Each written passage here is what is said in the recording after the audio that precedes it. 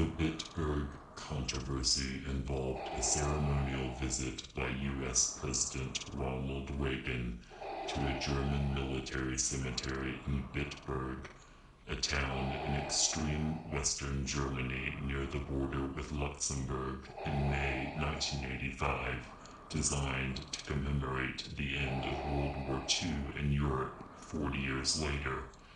The visit aroused considerable criticism, both in the United States and around the world, when it became known that members of the Waffen-SS, the military arm of Nazi Germany's SS, were also buried there.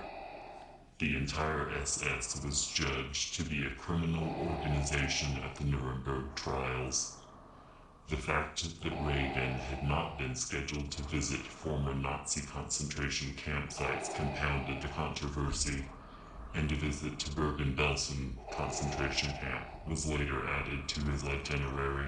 The Record, Hackensack, New Jersey, 28th of April 1985. President's plan to visit a German military cemetery debated. Editor, The Record. I, for one, applaud President Reagan for his decision to place a wreath at the German military cemetery at Bitburg. It has been 40 years since Germany surrendered to the Allies, and the full story of Hitler's atrocities had been made public. But in all the discussions on President Reagan's decision, no one has considered the feelings of the 49 million German Americans. 6 million Jews were killed in the concentration camps, but they weren't alone.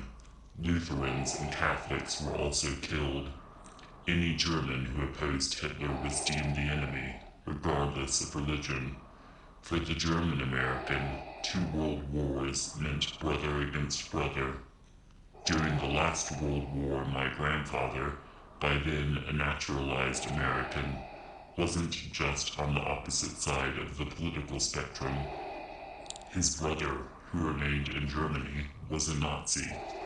We must make peace with the past, but we cannot forget. Not all the soldiers buried at Bitburg were members of the SS. Most were young men fighting for their country, right or wrong. These young men could be my cousins. Germany and her citizens will never forget what happened during the 30s and 40s, but Germany too has suffered. Territory was parceled out, given over to the communists. Silesia is now part of Poland. East Prussia was snatched by the Soviet Union. What was left over was partitioned again, West Germany and East Germany. This second-generation German American is proud of her president's decision to visit the cemetery. I am equally delighted with Chancellor Helmut Kohl's recent speech condemning the Third Reich and accepting Germany's blame. We learn from the past, but we cannot live in the past. Marlene A. Eilers Koenig. The Record, Hackensack, New Jersey, 12th of May, 1985. Bitburg Cemetery and the Meaning of the Holocaust. Editor, The Record. Marlene Eilers' letter of April the 28th, saying that Christians also died in German concentration camps, must be answered because it reflects an attitude I have heard too often. Her exact words were, 6 million Jews were killed in the concentration camps, but they weren't alone. Lutherans and Catholics were also killed. Any German who opposed Hitler was deemed the enemy, regardless of religion. It is true there were German Christians who opposed Hitler. They did so because of moral and religious convictions. If they were caught, they ran the risk of being sent to a concentration camp and possible death. Other Christians chose to remain silent. Jews did not have this choice. They were murdered because they were Jews. When my cousin, Marguerite Briefman, was gassed at Auschwitz on August the 21st, 1942, it was not for her moral beliefs. It was because she was a Jew. In life, she never had a chance to formulate a moral philosophy.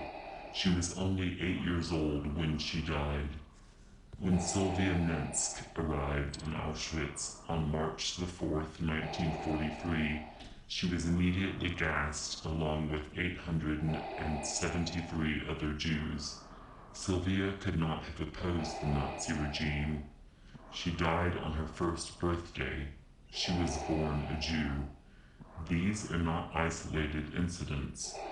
Over 1.5 million children were murdered in the Holocaust for only one reason: they were Jews.